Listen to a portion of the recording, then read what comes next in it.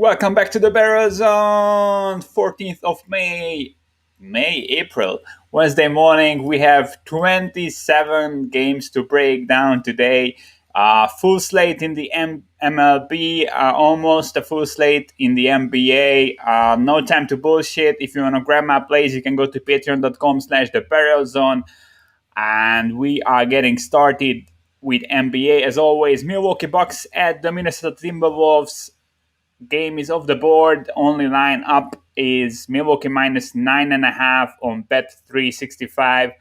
I make this one 10.5 if Giannis is playing and is fully healthy, but he's questionable, so I don't think you can bet or touch this game, not knowing if he will play. If he will play at 100%, his minutes restrictions, basically lots of question marks. Milwaukee an extra rest. Minnesota playing third game in 4 nights. Beasley out. Karl Anthony Towns likely back from a personal leave on Monday. As I said, this might seem like a good deal on the Bucks, but even if Giannis plays, you don't know how his minutes restrictions or if he is fully healthy. That leg has been hurting him for a while, visibly. I'm not touching this game. Brooklyn Nets at the Philadelphia 76ers. This game will likely decide who wins the East. Both teams are sitting at 37 and 17, but I think Philly wins this one quite easily. Brooklyn playing a back-to-back. They did have a game last night. Harden is out for sure. KD played 27 minutes. Not sure why they won by 30. He could have set out the entire second half. Steve Nash said that he's not sure if KD will play or not. We will see. Obviously, we don't know if Kyrie will play. But even if KD is in and he plays like 25 minutes again and Kyrie is in, I think Philly should be easily favored. They are at home, fully rested, fully healthy. Brooklyn traveling in on the back-to-back. I think if this should be around Philly minus 5-ish if we get Kyrie, and around minus 8 if Kyrie is out. The current line 6.5, basically halfway. I think that's fine. I think Philly really wants to get that first seed, and Brooklyn doesn't really care, and that kind of shows kind of seen in the approach here. So yeah, I'm leaning Philly. They will get the W, but no edge either way. Not a game you really want to touch. I think Philly will kind of show up hard here.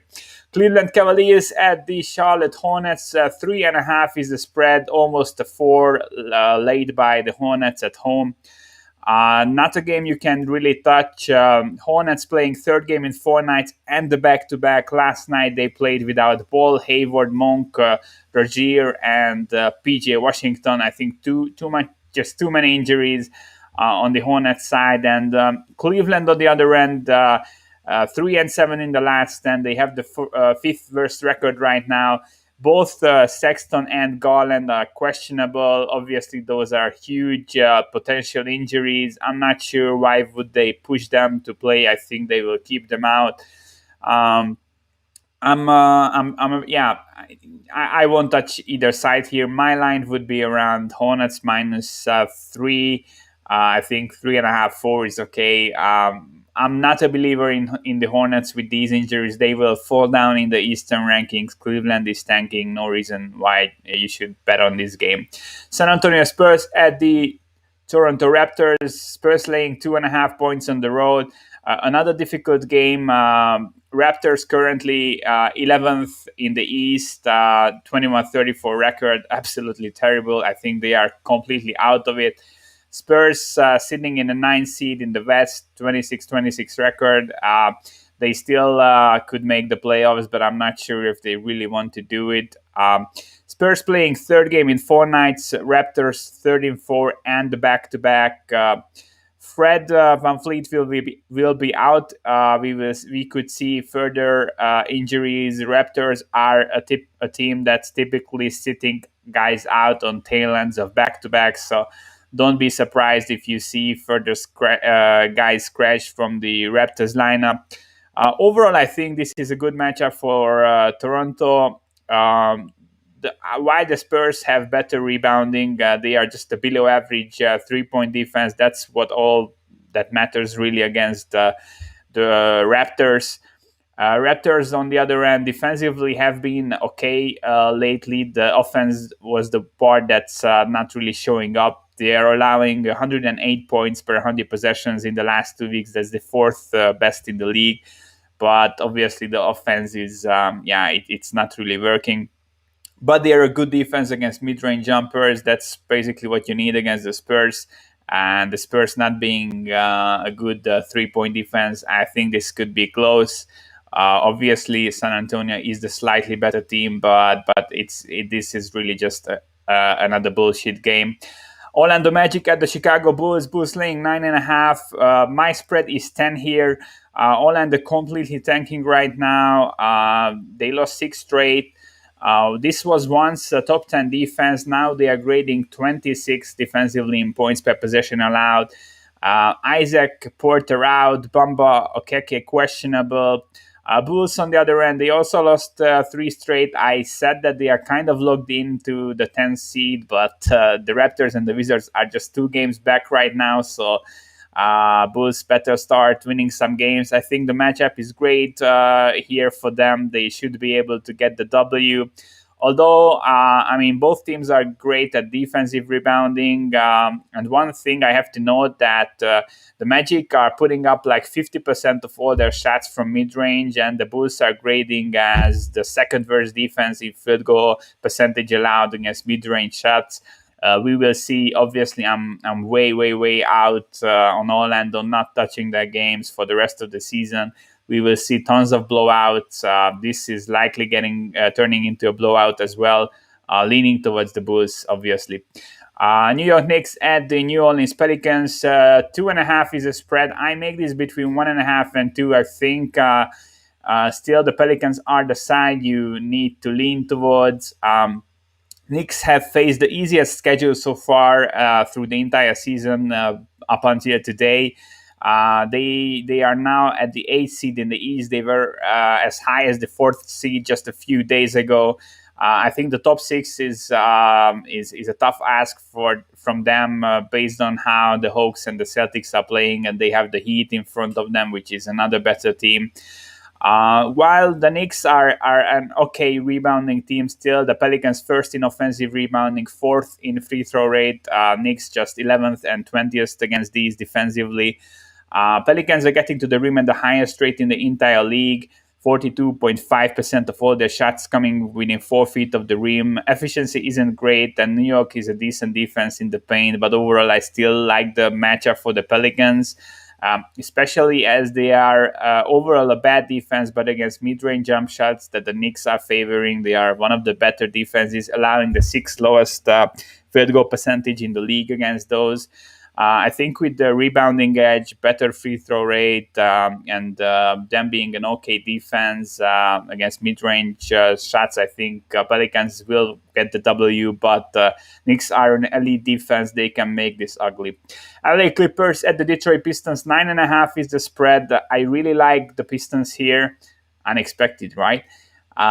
Pistons are a really tough team to back, to be honest, but this number is off in my opinion.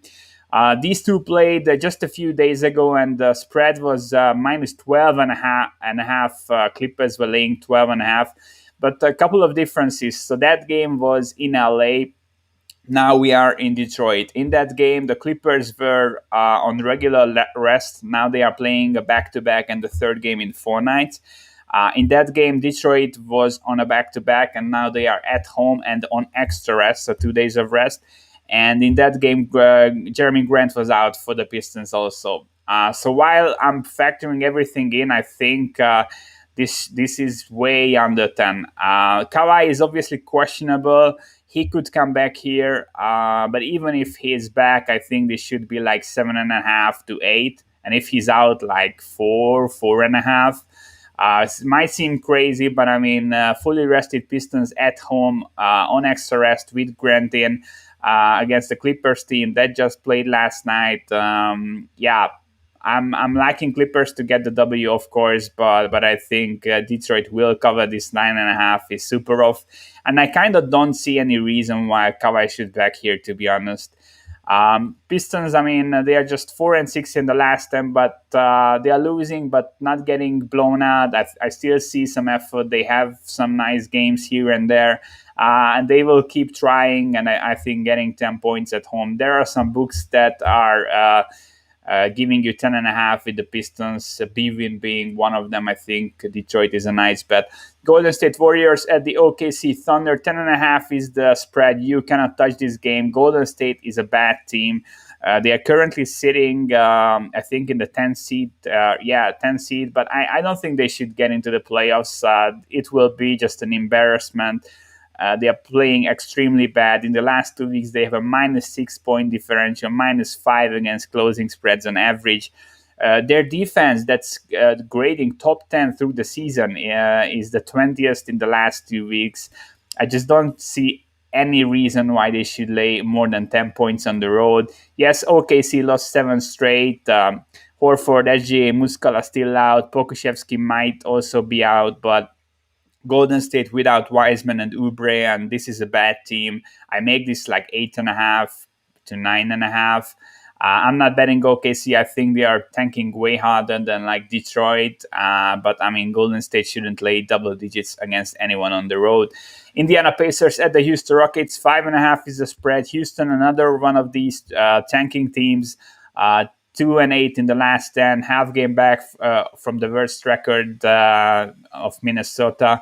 Turner likely coming back for this game for the Pacers. Obviously, they are in the 9th seed in the East, still fighting for a playoff spot. I make this like 4.5 with him in 5.5. Obviously, a bit too many points, but you will have to pay an extra to fade the Houston Rockets for the rest of the season. Overall, I don't like the matchup that much. Houston still a league average defense in the paint. That's what the Pacers are attacking. Second highest shot rate in the paint from in the entire league. And the Rockets are shooting threes. They aren't good at making them, but they are putting up the 4th most threes in the league. And the Pacers are the 22nd rated 3-point defense in the league. Not touching this game.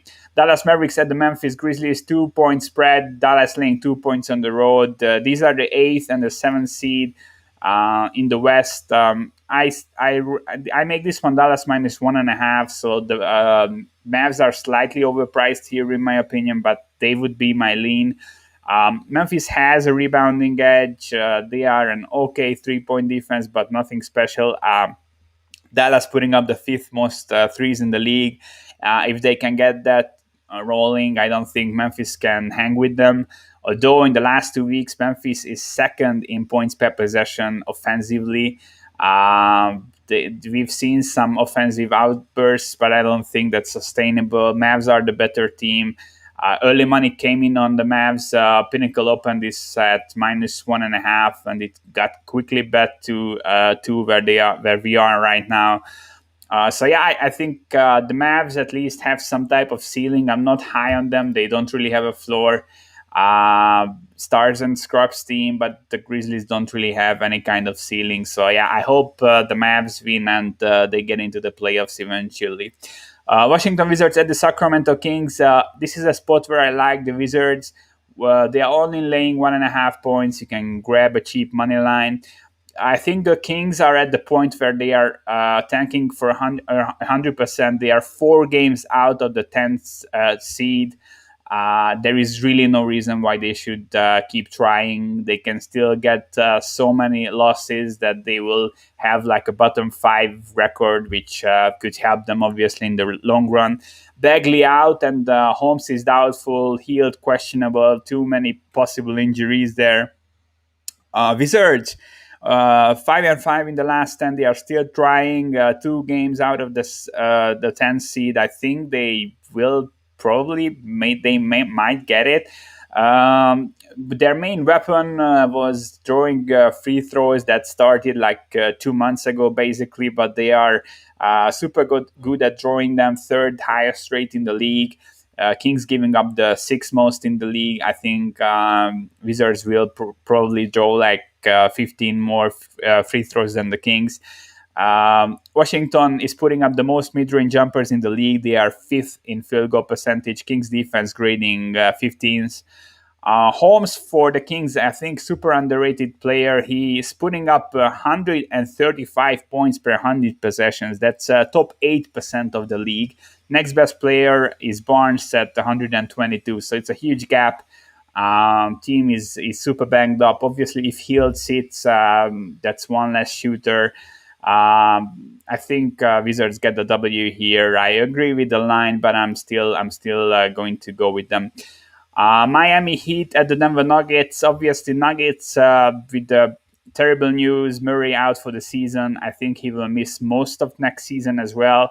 So it's potentially 2 lost seasons for the Nuggets. They are heading for a first round exit. I don't think they can fix this issue on the fly. Their guards on the roster are terrible, besides Murray, obviously. And everything has been going well for them. They have been playing the best basketball since the trade deadline. Obviously, Gordon was a great addition. I will sit out their next few games. We'll see how they adjust and what their new floor is, basically. I think it might fall out. We will see how this goes. Heat, on the other end, Oladipo out, third game in 4 nights, back-to-back. Kind of a tough spot. They are still shooting too much threes. Last night, 48% of all their shots came from three-point range. This is a team that's fourth worst in field goal percentage from three-point range. Spoelstra is supposed to be a good coach. I don't know why they keep doing this. This isn't working, to be honest. I'm out on the Heat, and I want to see how this Nuggets team performs. All right, let's switch to MLB. I forgot to sum my favorite looks up, but basically it's not too many on the NBA slate. So I like the Detroit Pistons getting 9.5 or more, and I like the Wizards as slight road favorites. That's it for the NBA card. Not too many interesting games on the MLB front either, sadly. This is a pretty terrible overall card.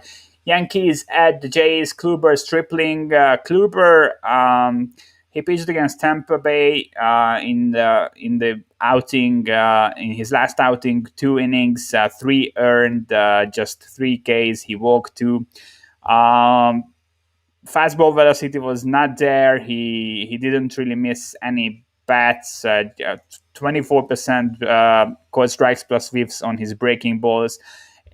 In his first outing, he pitched against the exact same Jays team he will face now, and he only went 4 innings there. Underlying numbers are pretty ugly. I'm waiting. I think he will put it together, but I'm not laying this price on the road. Ross Stripling, on the other end, he faced the Yankees in his first start. Was pretty terrible back then. Only pitched 3 innings, facing the same opponent another time in such a short time period when your arm isn't built up. I don't really like it. And his last outing against the Angels was also bad. Washington at St. Louis, Ross at Wainwright. I kind of like the Cardinals here. Joe Ross is the biggest balloon that will pop out today. He went 5 innings, giving up 0 earned runs at LA against the Dodgers. 5 innings with 0 earned runs against the Dodgers. But this guy had 4 total whiffs in 67 pitches. His velocity is down 1.5 miles per hour from the last time we saw him. He missed the entire 2020 season. In the 3 seasons before that, his FIP was 5 plus. Not sure his FIP, but his ERA was 5 plus for 3 straight seasons before that. We haven't seen him last year. He had a completely fluky W in his first start. I'm fading him. Adam Wainwright looked good against Milwaukee in his last start. Went up to 94 pitches, only 1 earned in 5 innings, missed some bats. His first start was bad against Cincinnati, but overall I like him. He's like 50 years old, but knows how to pitch. smart guy. Only gives up. Last season gave up sub 30% hard hit rate. He's still missing bats, 11% swinging strike rate, only 5.7% walk rate. I like these guys. I mean, even if he's not his best self, he's not walking anyone, not giving up hard contact, missing some bats. Nationals are bad.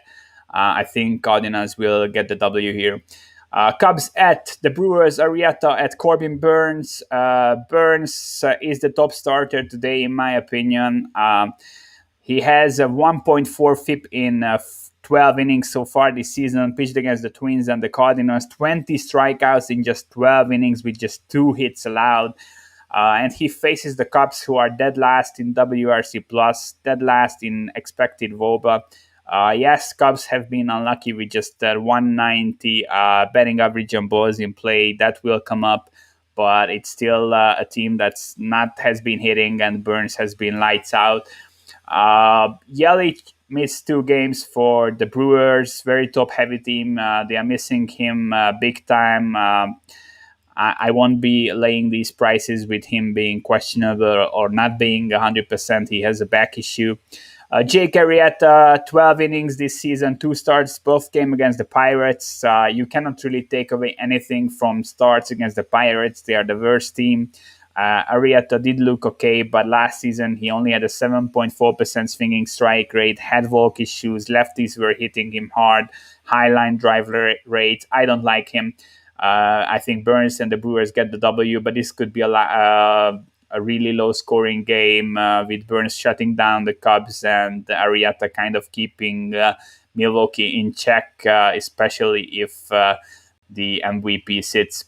LA Angels add Casey, Griffin Canning, Brett Keller. Canning is a guy I'm liking today. His last start came against the Jays. He struck out 7 in 5 innings. Went up to 81 pitches. Last year, he had a walk issue, almost a 10% walk rate. He only walked 1 in his first start, but he's missing bats, almost a 12% swinging strike rate, contact rate at 73%, average exit velocity also pretty decent. So this is a guy I'm backing against KC, a team that I'm relatively high on, but I think they are kind of priced higher right now than they should be. So the market is basically higher on them than I am. Keller gave up 15 hits in his first 2 starts, and the first 2 starts combined went to 4 innings. So 4 innings and 15 hits, 10 earned runs, 5 walks. He had problems last season, 82% contact rate, only 16% strikeout rate, not missing enough bats. He got extremely lucky last year with balls in play and the home run fly ball ratio, but I think the luck seems to even out. Angels have been super good. Yesterday also we were on them. They had 12 hits to 5 hits of Casey and ended up losing 2-3. That's baseball. I think they get right today. Important note, Angels had Monday off and the Royals didn't. So the Royals bullpen is a bit more tired than the Angels bullpen. Angels also in the top 10 in xBOBA, WRC Plus, and bullpen FIP. I think they are looking pretty decent overall, and I'm liking Canning. We are skipping the Boston-Minnesota games. There is a double header scheduled for today, but we don't really know how that will play out. We are talking about Cincinnati at San Francisco, Tyler Mahle at my man Johnny Cueto. Cueto, we were on him in his last outing. He went 8 frames, super nice performance. I think it's time to sell him, but not here. I don't think you can take away too much.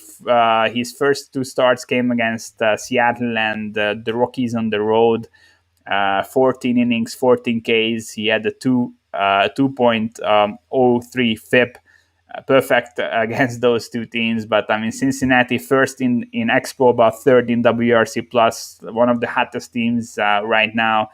I'm not going with Cueto here. And Tyler Mahle, I mean, he just pitched 4 innings, but needed 92 pitches to get to 4 innings in the last outing. He had issues with this last year. He also walked four batters in 4 innings, and last season he had a 10% walk rate. I'm not really liking the guy. He's missing bats, 14% swinging strike rate, but high fly ball rate, super hectic. I don't know what to expect, and the Giants have been underwhelming, but this isn't a bad team. I think the line is kind of right. Not touching this one. All right, San Diego at Pittsburgh. Joe Musgrove back in Pittsburgh facing Ty Anderson. Yeah, Musgrove. Yeah, he looked amazing in his last start. We went 9 innings, complete game, 112 pitches, 10 Ks, 0 hits. Obviously, I'm expecting him to roll here. I always believed in him. Huge fan since the Pittsburgh days. Anderson, on the other end, he pitched against the Cubs twice. As I said, Cubs have been underperforming greatly. In 10 innings, he had 12 Ks against the Cubs, only 2 walks. Last year, he had a 10% walk rate, 5 plus FIP. Overall, just mediocre numbers besides the 16% pop-up rate and the 28% hard hit rate. So yeah, he is getting some soft contact and infield pop-ups. I like that, but I'm not starting him against the Padres, although I think this could maybe work. So he's like one of the guys that I could see the Padres just not being able to hurt him, and basically you are getting a plus 200 dog at home. I don't think this is the worst bet if you want to get involved with this one. Seattle at Baltimore. Dunn at Harvey. Dunn, yeah, he walked 8 guys. He only pitched 1 game so far. He walked 8 guys. Obviously, we are not going to back him here. Last year, he had a 6+ Sierra and a 16% walk rate. It's really difficult to back a guy who had walk issues last year and comes out walking 8 in his first start. Only an 8% swinging strike rate through the last season, 40% hard hit rate, 92 miles per hour average exit velocity. Launch angle is also pretty ugly. I really don't like him. Matt Harvey on the other end. I mean, Matt Harvey laying minus 122. That's crazy in 2021. But Harvey pitched against Boston twice, 9 Ks in 9 innings, 6 earned, but 13 hits. He has a 3.25 FIP after 2 games. I'm not really a believer, but I think Baltimore is the better team, and Dunn looks terrible right now. So, yeah, I completely agree with the line. Philly at the New York Mets. Zach Wheeler, David Peterson. Peterson pitched against Philly the last time out, and they hit him hard. In 4 innings, he gave up 6 earned, only 5 Ks. He was missing some bats, 38% called strikes plus whiffs. He wasn't supposed to pitch against the Mets again, and against Philly again, but back-to-back starts against the same opponent when Peterson was hurt big time the last time out. I wouldn't touch that. I completely understand why Wheeler is the road favorite here. Wheeler had 2 starts, but again, he pitched against Atlanta twice. First start was amazing. Second start, he was hit hard. I think there is a lesson there. You don't really back pitchers back-to-back against the same team, especially that if that's like a top 5 team like Atlanta is.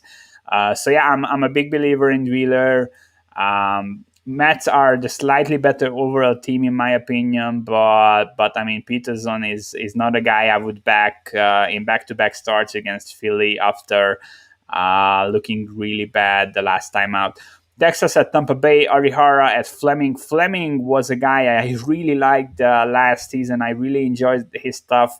He has a 63.5% ground ball rate through last season. He only pitched 32 innings, but a 63.5% ground ball rate. Hard hit rate under 25%. Low walk rate. He had a 3.77 Sierra. I think he's kind of fine and should be able to shut down this Texas team. Rangers pitcher Arihara, he had 9 innings so far in the MLB and 2 Ks in 9 innings. The average exit velocity of him is 94 miles per hour. I think the Rays are rolling here. Honestly, I think Fleming has some upside. Line did come down a bunch. I might look into this game a bit more later. If I will have a bet, I will obviously share it on the Discord channel. We will see. But I think this at minus 166, this might not be the dumbest bet of the day with the home team. Obviously, I have to look into Fleming's conditioning. He went pretty deep in games last year, I think, or averaged almost 5 innings. So, yeah, if he goes 4 or 5 innings, it should be okay, although the Tampa Bay bullpen is pretty banged up. Detroit at Houston, Fulmer at McCullers. Fulmer, last season, he was terrible. 5.5 Sierra, over a 2 whip, only 15% K rate with a 9% walk rate, 7.4% swinging strike rate. Against righties, he had a 12 plus FIP against right-handed batters. This season, he had 4 outings out of the bullpen and 7 innings total. He had 10 Ks, but he was super lucky so far. 100% left on base rate, only a 150 batting average on balls in play. Pitching out of the bullpen is really different than starting a game. He didn't really work out as a starter before. We will see how this goes. But this guy was the rookie of the year, 4 years ago. I really liked him back then. Everyone was preaching that he will be the next, I don't know who, but it didn't really turn out that way. Starting against Houston is really difficult. McCullers, amazing arm. I like the new pitch. Top 30 guy, high upside, great matchup. Line is totally warranted. I make this minus 220. Miami at Atlanta. Nick, I always butcher his name. I will look up how it's pronounced. Nick Neidert or Neidert, I don't know. He's a spot start. He shouldn't be on the Miami roster to start with, really. Hernandez and Sixto Sanchez both down with injuries, and he's starting games. This Nick guy, he went 4 innings against the Mets in his last outing, only gave up 1 earned, but had just 9 whiffs on 85 pitches, 5 walks. I'm not buying him. Atlanta is a team I'm liking. Morton, top 30 arm again, laying over minus 200, 100% warranted. Cleveland at the White Sox, Zach Plesac and Carlos Rodon. Yeah, this is a game to watch. This is one I will be watching first thing tomorrow morning. Carlos Rodon was scratched on Monday with the stomach issue. Hopefully he's fine. He will start here. He looked amazing in his first start. I was raving about him multiple times. I think he's super talented. Velocity is up. He looked awesome. Cleveland, I think they are kind of overperforming early. Offense is looking better than they grade, and I think they are due for some regression. Zach Plesac, last season, one of the better arms in the entire league, 3.4 Sierra, 28% K rate, only 2.9% walk rate, 14% swinging strike rate, no hard contact, just 31%, 16% infield pop-up rate. I really like his stuff. I think this should be an underlook, to be honest. We don't have a line yet. In the same matchup, totals were 8 and 7 yesterday, and yesterday it was 7. 8 was the total 2 days ago. Bullpens are kind of used a bit, so we could see a higher total maybe if that's factored in correctly. At 8, if we get an 8.5, maybe because of the high bullpen usage and Rodon being sick just 2 days ago, I would go under, but I think this will be a 7.5 or 8. 8 seems fair. White Sox missing some guys. I think they are still a good team. They are still hitting. It's not an automatic under with the way Cleveland is hitting also. But I like both arms, and this will be a fun game. I think it should open around the pick'em. My line here would be Rodon minus 104, so basically 51% win rate for the White Sox. Colorado at the LA Dodgers, minus 260 on the Dodgers. No way I'm touching this. John Gray pitching for the Rockies. He shut down LA in his first start in Coors. He has 12 Ks in 11 innings so far, only 6 hits, but he got super lucky. Underlying metrics suggest regression. This is a guy who had some problems in the past. Now he has a 0% home run to fly ball ratio, 82% left on base rate, a 200 batting average on balls in play. I'm not liking him. Hopefully he pitches well here, and then we can fade him in his next start. All right, this is it for today. Summing up the baseball looks, I kind of like the Cardinals, although much of the value is gone here. The line already moved.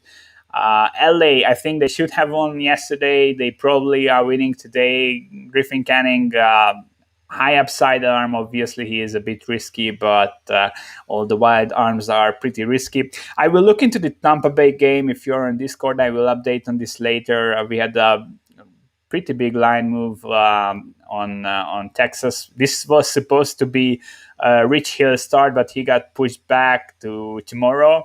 But I think Fleming is all right if he will pitch like at least 4 innings. I'm kind of happy taking this line, and I will also update on the Cleveland White Sox game. I think this is a pick 'em, probably low scoring game. I'm liking both starters. All right, thanks for tuning in. 35 minutes, not bad for 27 games. All right, same time tomorrow. Thanks for tuning in. If you want to grab my plays, you can go to patreon.com/thebettors. Please shut a like on the video and subscribe to the podcast or YouTube or no matter where you are watching or listening. I appreciate you guys. Same time tomorrow. Thanks.